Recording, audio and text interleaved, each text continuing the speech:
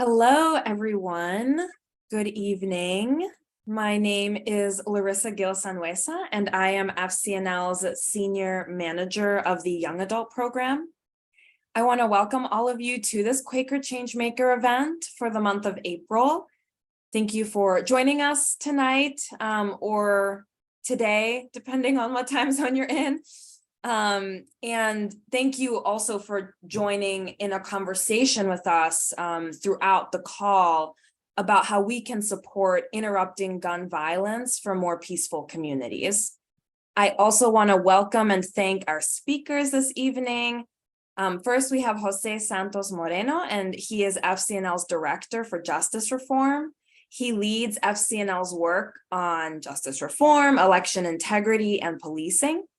And then Peter Murchison is FCNL's current friend in Washington, and he is also joining us. Peter is working over the next few months to extend and enrich FCNL's policy and advocacy work on gun violence prevention.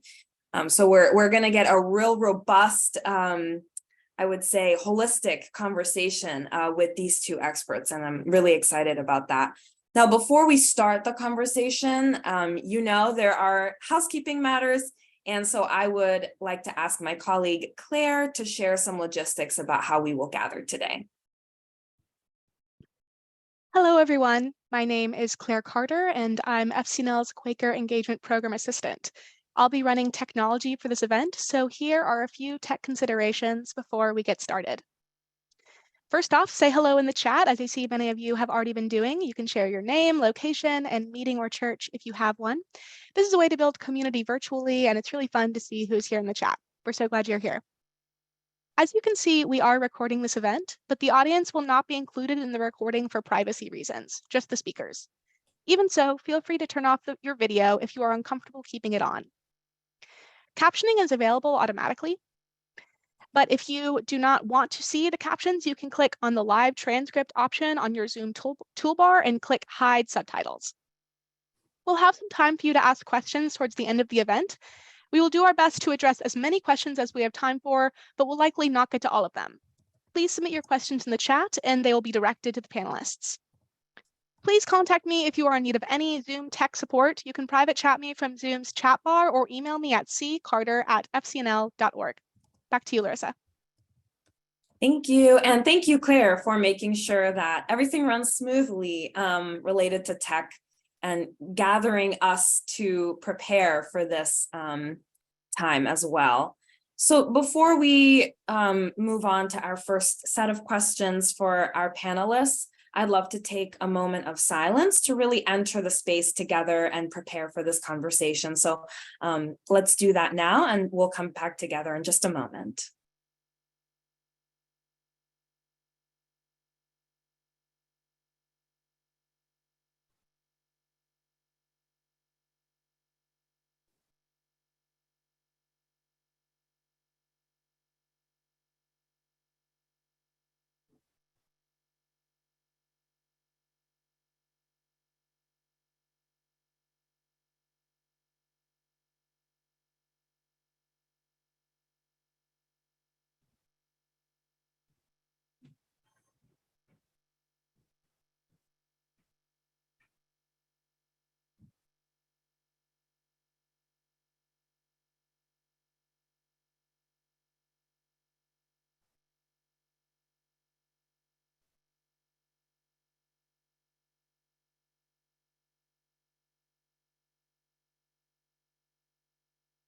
Thank you, friends. And I will remind everyone, just as Claire did, please share your thoughts and questions in the chat.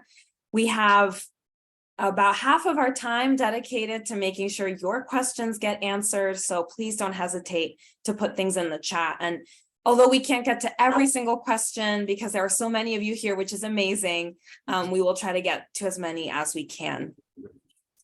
All right, so to begin this conversation, I really want to set the stage and get an understanding of what gun violence looks like in our communities. We hear a lot in the news and the media, but there are also many forms of gun violence that don't receive enough media attention. And we'll dive into that and then move on to what we can all do as activists on this call to affect meaningful change. So we'll really be able to discuss a lot tonight. So first, Peter and Jose, and Peter, I'll look to you first, and then Jose, please jump in after. Can you talk about the state and nature of gun violence in the United States today? Yeah, thank you very much, and I sure can. The point I'd like to get across is that the United States really stands alone as an outlier in terms of gun violence. It is so prevalent here, and it is not in most other places. A couple of ways to look at it. I don't want to blind you with stats, so just a couple of things quickly is there are actually more guns in the United States than there are people. And there's no other country that does that.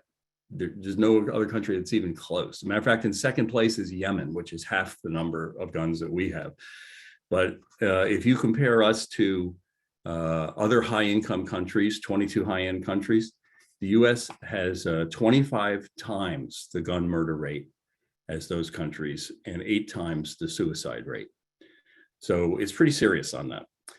Another way to look at it is, you know, we all talk about taking actions to stop war. But if you took the number of casualties from gun violence in the United States just since 1968 till now, you total those up, it is greater than the deaths that Americans suffered in every single war since the country was founded. If you add up the Revolutionary War, the Civil War with 50,000 in 3 days at Gettysburg, the Vietnam War, the Korean War, World War I, World War II, we have done more killing in our streets and unfortunately in our homes and our other places that we go. So that's kind of the rough shape of it. Now, it's not a monolithic thing, and it's not all mass killings. As a matter of fact, mass shootings are very small numbers of people, very large amounts of newsprint. Some of the other things that you need to think about is suicides. In a moment of desperation, if there's a gun present, there's no way back from that. And fully 2/3 of gun deaths in the United States are suicide, 2/3. Guns are a women's issue. In a household with domestic abuse, if there's a gun in that household, the woman is 5 times more likely to be shot with that gun.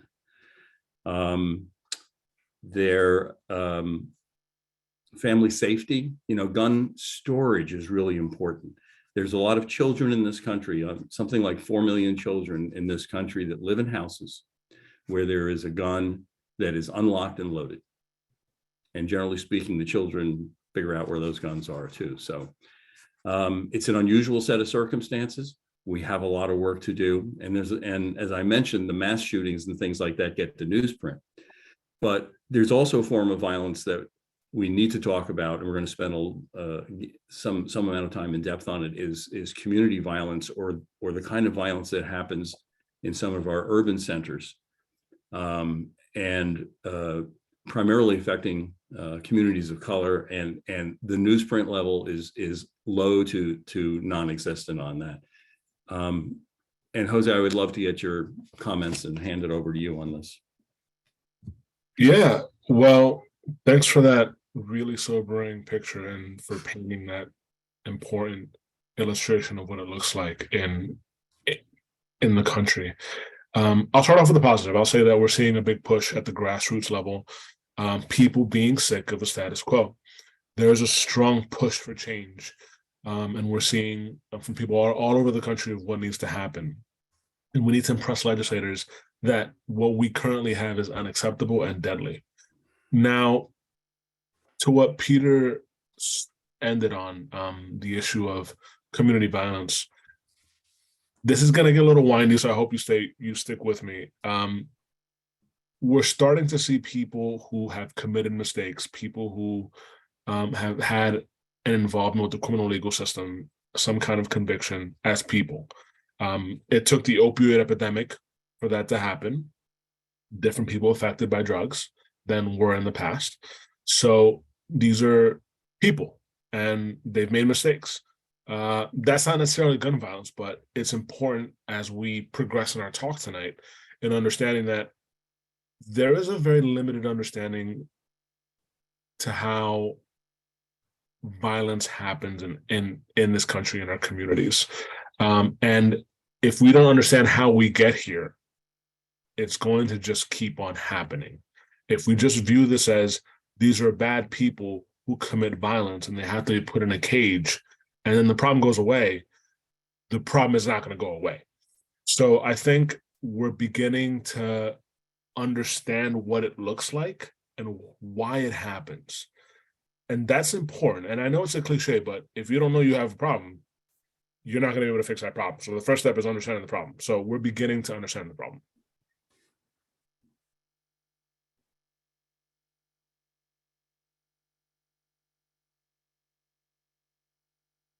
Thank you for that. And I think it's important that you both are discussing ways that violence can be interrupted, right? That's the whole point of our conversation. Peter giving an example of safe storage, right? And Jose really challenging us throughout this time together to remember why some of this violence occurs. And I know, Peter, that is part of your work as well. So I'm looking forward to hearing even more about that as we move on, remembering why we're here to discuss how this violence can be interrupted, knowing there are so many examples and solutions. And actually, that leads us right into the next thing, which is that I want to dive deeper into the types of gun violence that harm our communities. So factors like race and class, which have already been mentioned, have huge influence on the reality experienced on the ground. And it is important to remember that gun violence takes on many forms.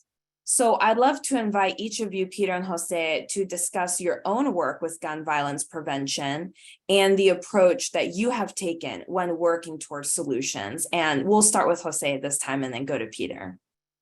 Yeah, I remember when I moved out of New York City, and just for context, I was born and raised at the very top of Manhattan, so right before the Bronx, miles away, probably not miles, but very, very far away, mentally from the New York that people know, Broadway, Wall Street. That was not my life. Think the 200th Street, New York. So I remember that there was a shooting on my corner. And for me, it's just the feeling was like it was yesterday. It feels like this is a common occurrence. Kind of like how many of you listening to this call might view traffic or taxes. This is a common occurrence. I didn't view it as a tragedy. I didn't view it as something terrible that happened. It was just another shooting. And that's really sad. You know, for me as a kid, as a preteen, thinking of something terrible is just a common occurrence. And it's just what this country does to you. It just makes you think that this is just what happens. This is normal. And it's really unfortunate. And this ties back to the work of interrupting violence in communities. We need to be able to understand that these are tragedies. There's a reason why it happens, and it's not a coincidence that a lot of the people who are dying look like me, are Black and brown people. There's a history there, economic disinvestment, lack of government resources that was intentional, and just people dealing with trauma. And yeah, that's what stays with me, that I bring from my childhood to this work every day. It's not normal. This should not be normal. These are tragedies every single day.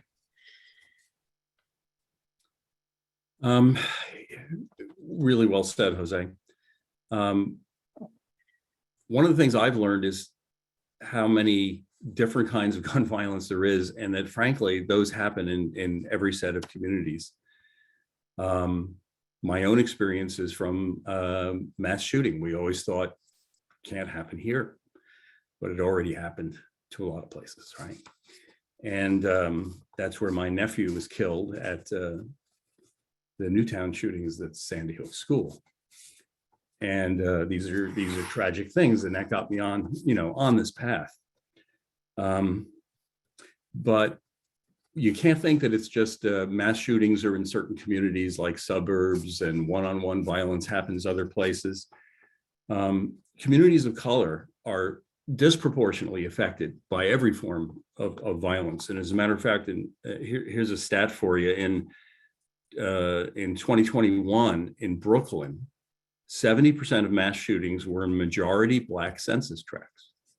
In Chicago, that number was 86%.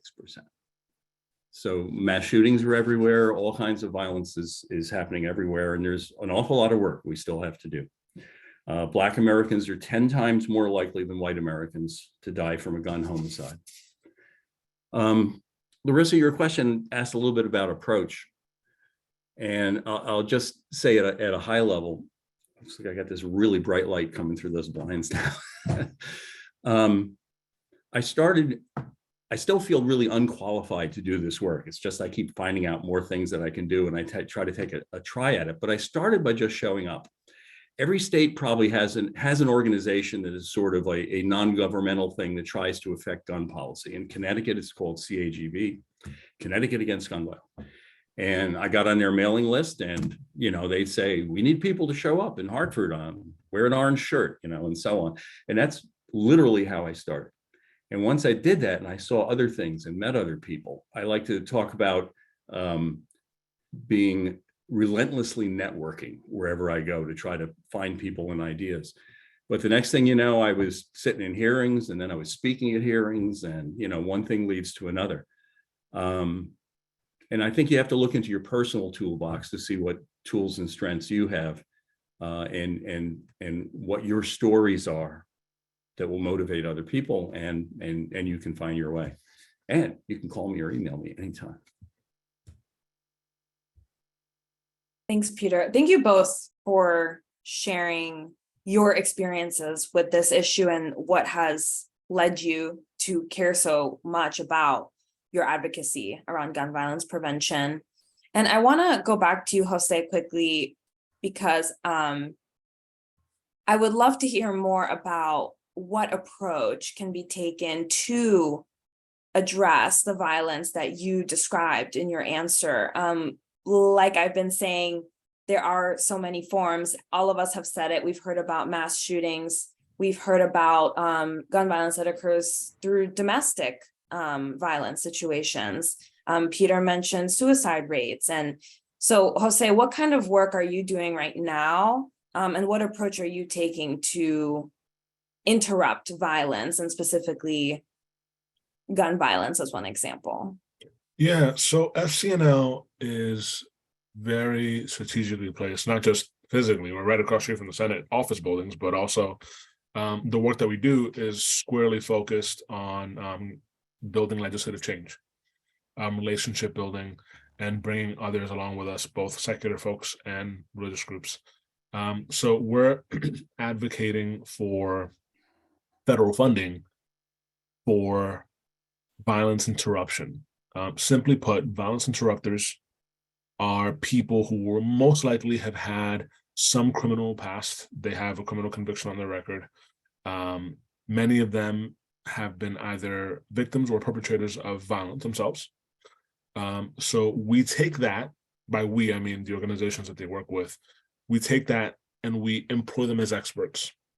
They not only know the conditions, the communities, the people, but they also know the problems. They know the thinking, and they can build rapport, work with people in the community, have conversations, intercede when something normal happens, which is conflict, and stop it from becoming deadly. Or if something violent has happened, stop retaliation. So a lot of what I'm doing is meeting with congressional offices, and like I said before, helping them understand the framing of how we got here, what the problem truly is, and presenting this as a viable solution, as a good solution. So taking a step back, I'm also doing something that is unique in that I haven't done a lot of work directly with other organizations or local elected officials. I'm doing that now. I've had conversations with Baltimore City Councilmen, city council members from Philadelphia, community-based organizations in Chicago, nonprofits in Los Angeles. So having a lot of conversations with a lot of different organizations and elected officials who have different understandings of how this operates. By this, I mean violence interruption, community violence intervention, and how this operates in communities across America, including here in Washington, well, where FCNL is in Washington, D.C., and getting to know how it functions, how the money goes out, how it operates, and then building rapport, building partnerships, and then taking that and bringing that back to Capitol Hill with real life examples of how it works. And also, we had a lot of success with Bridget, our general secretary, meeting with violence interrupters here in Baltimore and inviting them to speak to our Spring Lobby Weekend, where we had hundreds of young people flying from around the country to lobby their members of Congress in Washington, D.C.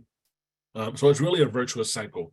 We're having a lot of conversations and bringing it all back to Washington to build funding for violence interruption and presenting that as a really good solution to one of the highest incidences of gun violence in this country, which is community violence.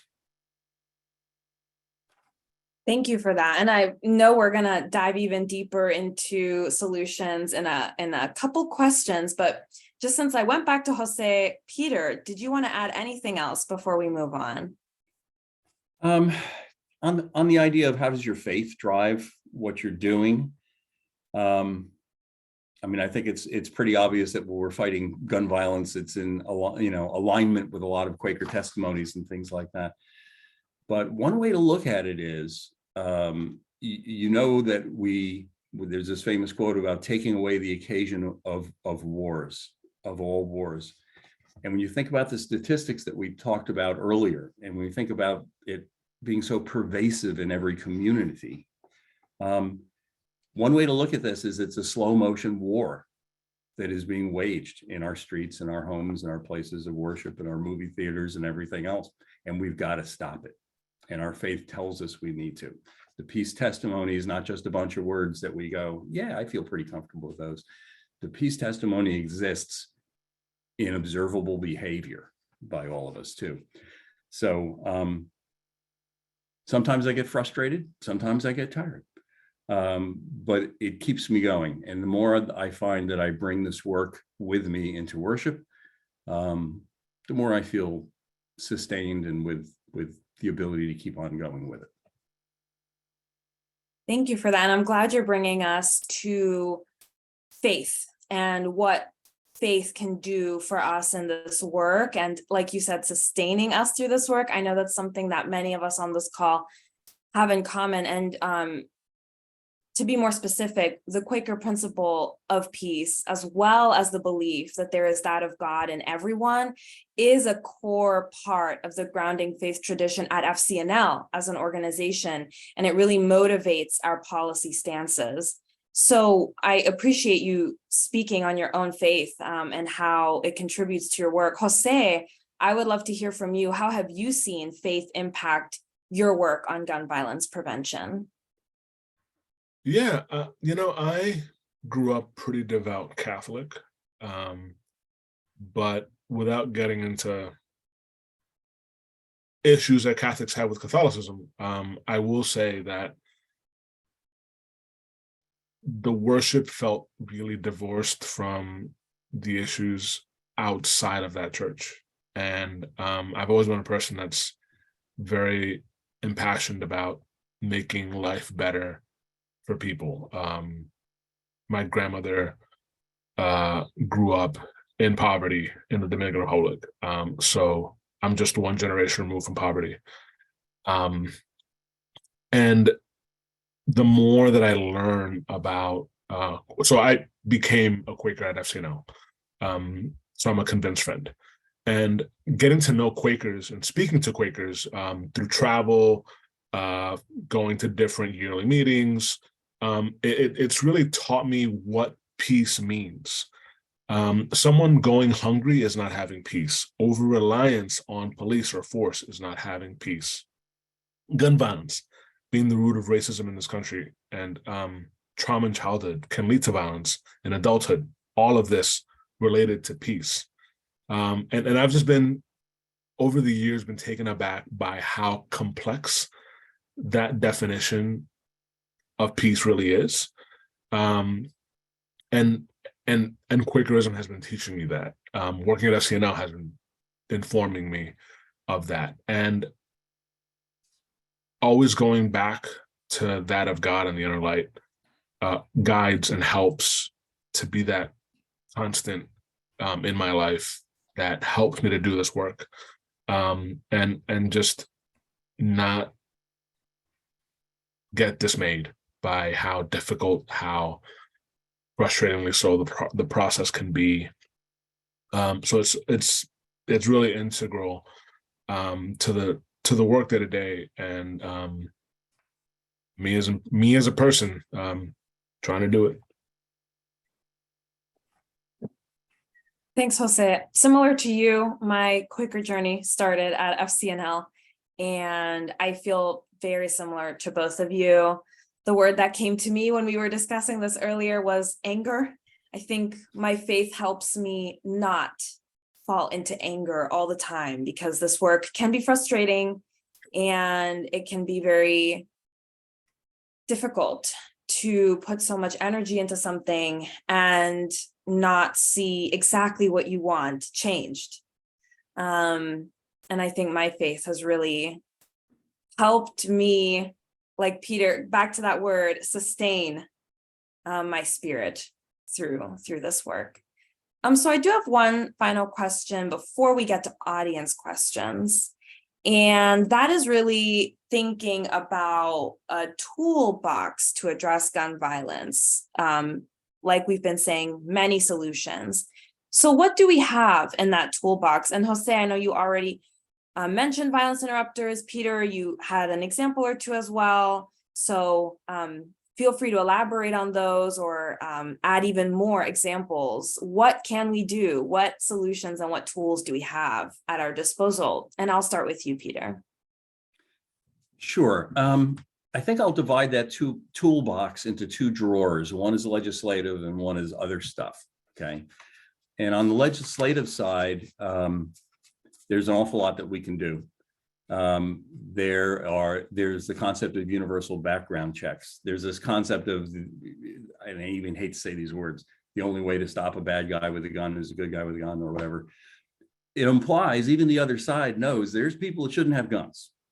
So let's identify them and prevent them from buying the guns. And that's what universal background checks are. But over 20% of sales that are done every year are done without a background check because of various loopholes.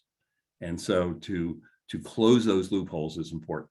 So, last year's Safer Communities Act closed some, which is great. But a lot of this needs to be done, still needs to be done. Another area is something called, sometimes called red flag laws, but a more formal name is extreme risk protection orders, ERPO, extreme risk protection orders.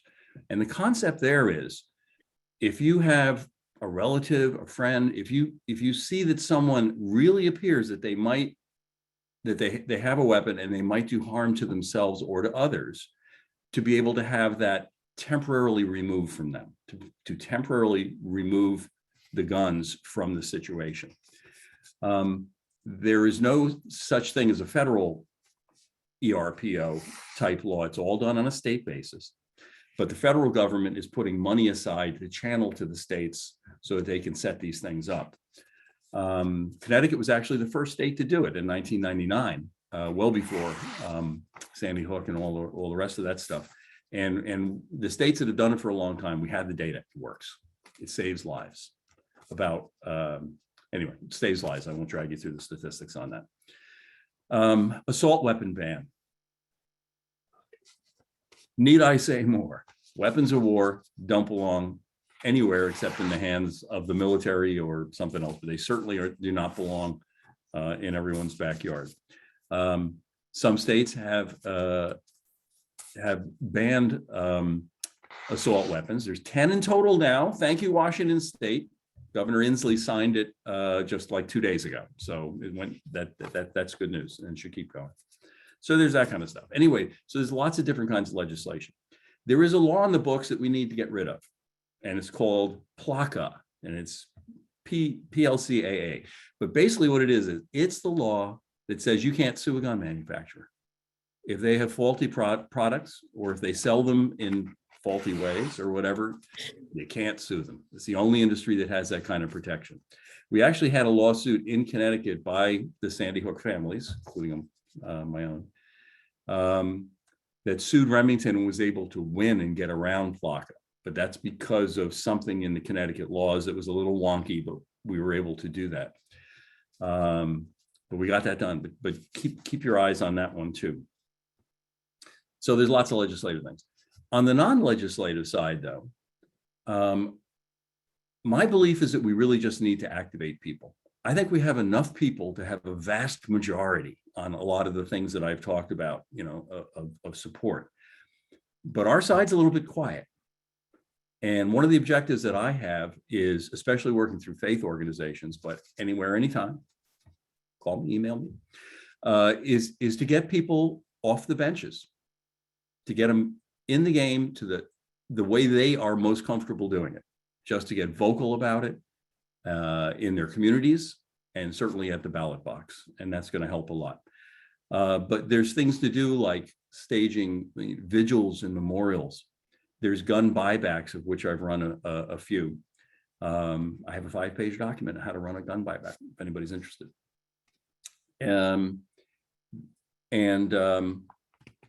There's a growing movement towards what's called the guns to gardening tools movement, which is really pretty exciting. It's taking unwanted guns, taking the metal pieces, and then forging them into other useful, peaceful things like gardening tools.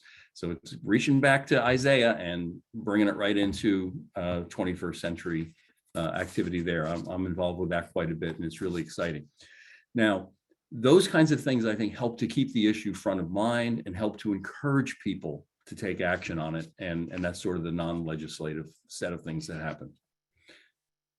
I'll stop there.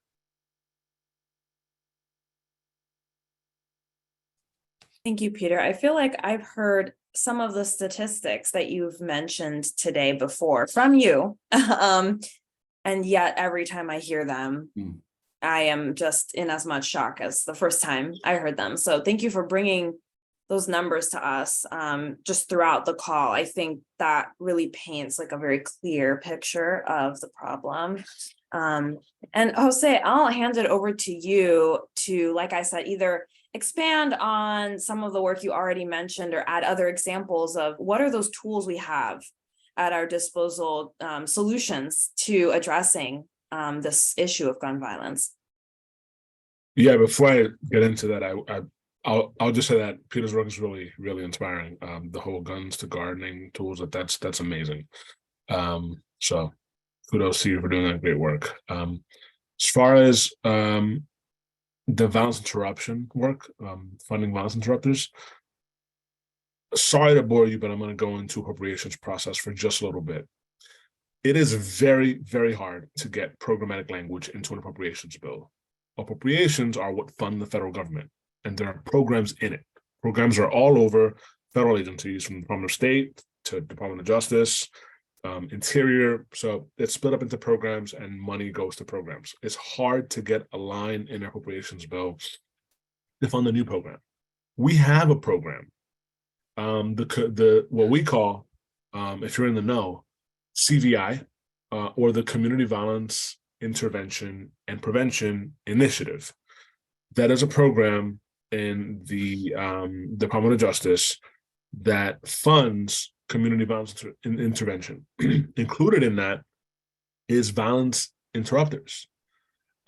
So we have a big win already because that program is in appropriations.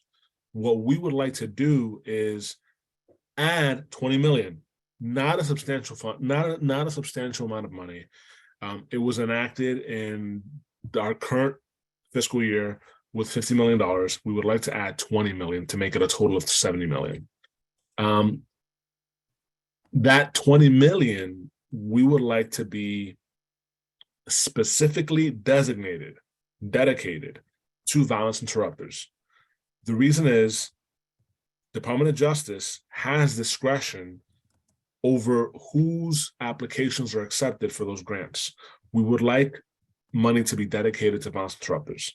And that's why there's so much work that involves reaching out to city councils, county councils, offices of community violence prevention around the country to really understand how it works. Because one thing about violence interruption is that it is local, it is hyper local.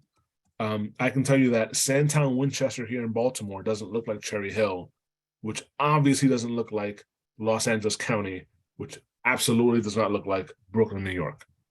So it takes having these conversations, building these partnerships, and bringing that information back, sharing it with FCNL's network, and just as importantly, speaking to legislators on the Hill so that they understand how it works, and even more important, bringing anecdotes, stories, because this stuff is hard to quantify in numbers. You know, it's clear to point to a crime happening. It's clear to point to overall crime statistics in a city, which, by the way, violence interruption usually is only a small portion of a city, so it's hard to make one-to-one comparisons. So it's easy to look at these numbers. It's easy to look at crimes. It is harder to look at a death that doesn't happen, a shooting that doesn't occur. That's hard to quantify. So that's why these stories are so important. Thank you both. Just to summarize for everyone, I'm really hearing there are legislative solutions. There's bills that can be passed. Peter mentioned extreme risk protection orders, universal background checks. There are grassroots actions that can take place. We heard about the buyback program as one example. And from Jose, we're hearing about federal funding to give more resources to community programs that are working to interrupt violence, and they need more resources to do that. So many ways that we can address gun violence prevention. And I hope we can dive into as many questions as possible now. I'm going to look through some of the questions that y'all put in the chat. Thank you so much. Keep doing that, please. And we're going to start with a question about the gun buyback program or project. So this question says, from Booth, is a federal program of gun buyback a viable idea along with other legislation on basic laws on background checks and who can sell guns? So yeah, we mentioned gun buybacks as like a local kind of grassroots initiative. Is that something that could turn into a federal program? And I'll go to you, Peter, and then I'm sure Jose, you have thoughts on that too. Theoretically, yes. Will it happen here? Nah, I don't think so. And for instance, in Australia, in New Zealand, in countries that get hit with a mass shooting of 30, 40, 50 people, and they decide to change their gun laws, there will often be a federal buyback program as part of it. In this country, when I say it probably won't happen, it's just because of the nature of our divided political situation right now. So gun buybacks are typically very, very local. They typically, but not always, involve a police department and a local organization, be it a church or some other kind of group that's sort of a civic partner of the police department to get it done, because the police will handle the guns safely and do all that, but they're going to want someone else to raise the money to, do the buyback or whatever. But this is really different everywhere. In other words, in New York City, there are buybacks that the city helps fund and so on. So I don't see it happening at a national level. It's more of a local-ish activity, say the purview of a given city. And that's my comments on the buybacks. Yeah, just quickly, I think Peter covered it well. The thing that you have to be mindful of is that the Second Amendment makes this a right. So whenever you're talking about, yes, it's a buyback, so you're giving them money in exchange for their good or their item, it is so easy to paint that as taking away people's guns. And literally anything that changes the laws to make them slightly better, universal background checks or there's a lot of good legislation and bills that were put out there that was painted as taking away people's guns. So politically, it's just very hard, especially since it's in the Constitution. So anything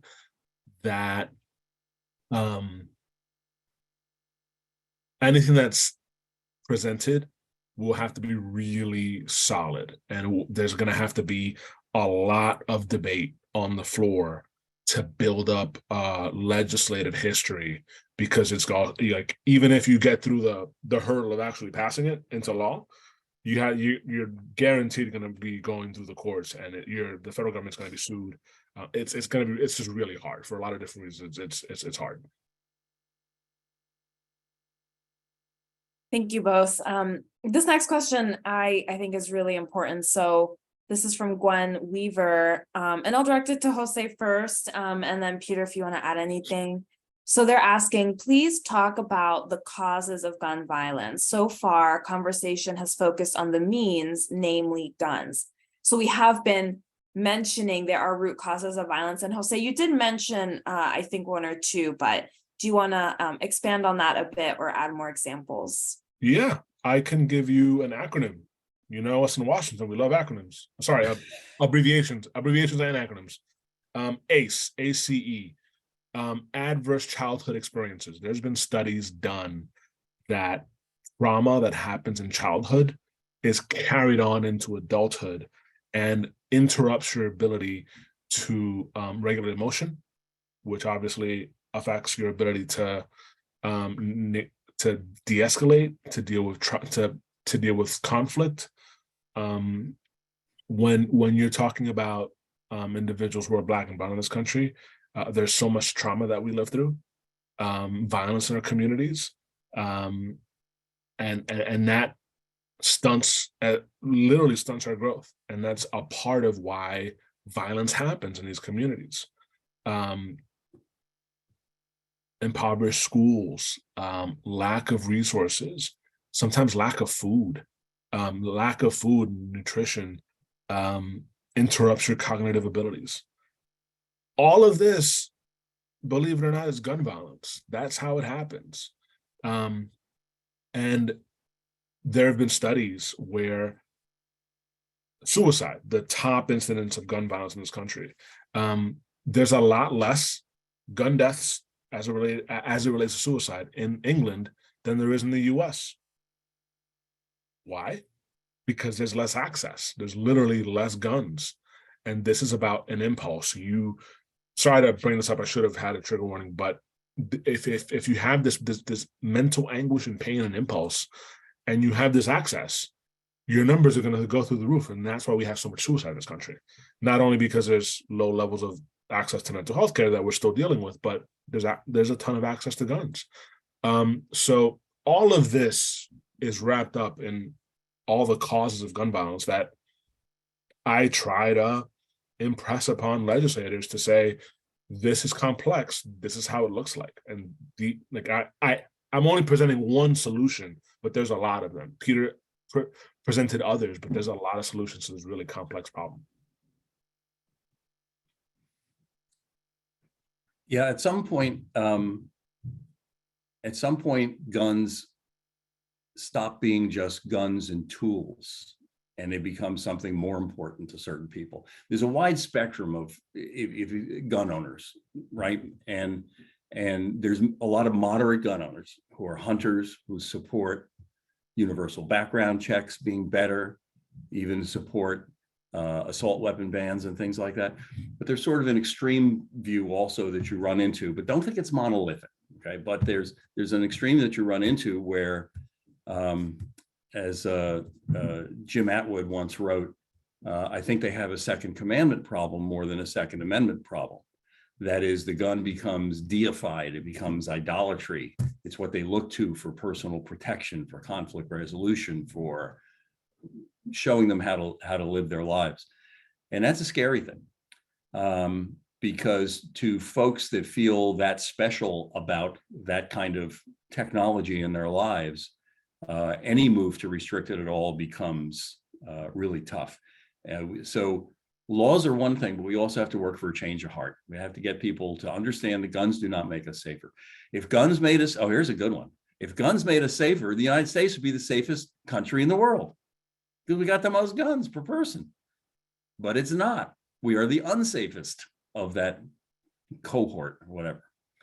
Anyway, I'll take a break. Thank you both. This next question is from Cheryl Baker. And it says, I understand the idea of interrupting violence, but why not say ending gun violence? Is it too unrealistic, as some might say? Also, what do you say to those who say there'll always be illegally obtained guns on the black market, or most of the gun deaths are from illegally obtained guns? So what would you say to that? And is it unrealistic to say ending violence as opposed to interrupting, or if you want to comment on the words there? I will let whoever feels called to speak first go ahead. I'll try just sort of a short one. I have this vision that after people change their hearts, that we'll still have a Second Amendment, but no one will care. It'll be dust covered on the shelf because we will all have decided, like William Penn did when he allegedly was talking to George Fox, that it's time to put the sword down. And so that's just one thing that's always on my mind, is to move to that area. Go ahead, Jose, let me pass it to you. Yeah, I was actually hoping that we would get to this one so that I can bore people with process again. But when it popped up on my screen, I only saw the first third. The first part of the question is, you can't, not legislatively, right? This all happens through committees. The top instance of gun violence is suicide. There's a lot there that you need to do to sustainably address that. Access to mental health care, that started in 2009 when the ACA brought in parity between mental health care and medical health care. We're moving to 988, where there's one centralized location for assistance with suicide, with mental health crises. And so, I mean, I could keep going, but these problems are complex and they take a multifaceted approach to address them. Which is why I bring in one solution to the second largest instance of gun violence in America, which is community violence, like we've been discussing. So you can't really go to legislators and say, like, this is a package to end gun violence. You can have those conversations in communities and churches. When you start talking about activism and grassroots and building relationships and rapport between people and talking about these important, complex issues, you can talk about ending gun violence. You can talk about how that looks. And you need to, because you can't just say, and we need to end gun violence, but what does that mean? Because to somebody else, it could mean we just need more places to put more people in jail, and that'll end gun violence because it's all about illegal guns. At that point, you can counter that point by saying, you know, Illinois having the best gun laws or New York having the best gun laws isn't going to protect them from Alabama having almost no gun laws. So having conversations and discussing how we end gun violence is something that I definitely think that we should be having as communities and people. In policy, you have to be a little bit more concrete and very specific. Problem, solution, and this is how that solution looks. And this is what I want you to do. And with that, I'm sorry, Larissa, I'm going to need a reminder on part B and C on that question. No, just the part B. So the part B was, what do you say to those who say there will always be illegally obtained guns on the black market, or most of the gun deaths are from illegally obtained guns? I would say that if you continue to have this bifurcated society of people with power and people who have no or little access to power, and trying to survive, mixing that with a country awash in guns, then these problems are always going to persist because, you know, as a society, we say that we're fine with that. And having complicated discussions of how we got here. Racism is a big central part of that. once we start having these important, sometimes ugly family discussions, because hate to break it to you, it's not going to be me ending racism. It's going to be folks who have lighter skin than I do. So difficult conversations have to happen. And that's how we begin to solve these problems. I mean, I could go on and on and on about how government services and programs were built around leaving people out. Like one of the most ridiculous things that I've learned in the past 10 years is racially restricted covenants. There are these legal documents written into leases, or I'm not sure exactly what, but I think leases, that basically say that to maintain the integrity and the soundness and the goodness of the property, Black people can't live there.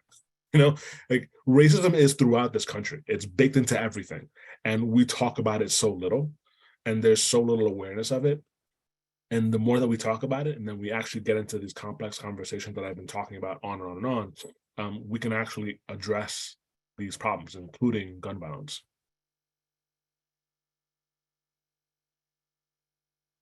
Thank you. I mean, I heard you say related to guns that are obtained illegally, that doesn't really go to the question, the people question. Everything that we discuss that leads someone to use a gun, or, as you said before, make a mistake. So I appreciate you kind of making that distinction, because we do hear that type of argument sometimes from people. So I'm glad that that was mentioned and that you gave us an answer. So I do want to move on to next steps for everybody. We're nearing the end of the call, and it'll be important that you all feel like you can do something with this information, that you can advocate as well for gun violence prevention and to interrupt violence in your own community, in communities around the country. So the last question for both of you is, what is something people joining us on this call can do to continue the work of gun violence prevention and, for example, support violence interrupters? So I'll start with you, Jose, and then I'll go to Peter. Yeah, I've been saying this a lot, but having these complex discussions about how we get to community violence, how it's just this normal activity that people fire guns in urban communities across the country. You can reach out to a nearby city council in a major city to see if they have, because this is usually going to be bigger cities, to see if they have violence interruption or an office of community violence prevention, and see how you can get involved to learn about what they're doing on issues of gun violence. Obviously follow our website. We post materials on there about violence interruption, violence interrupters. And of course, like I mentioned, the ask, providing an additional $20 million to the Community Violence Intervention Prevention Initiative in appropriations. There's more that I can say, but I'll keep it short on that.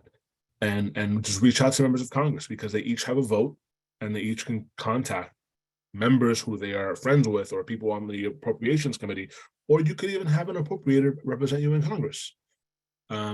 And just impress upon them that we need an additional $20 million dedicated to violence interrupters in the Community Violence Intervention and Prevention Initiative. That's a great way to get involved. So I would comment that you have to start from where you are and decide how you can work locally and at other levels, and what you're comfortable with.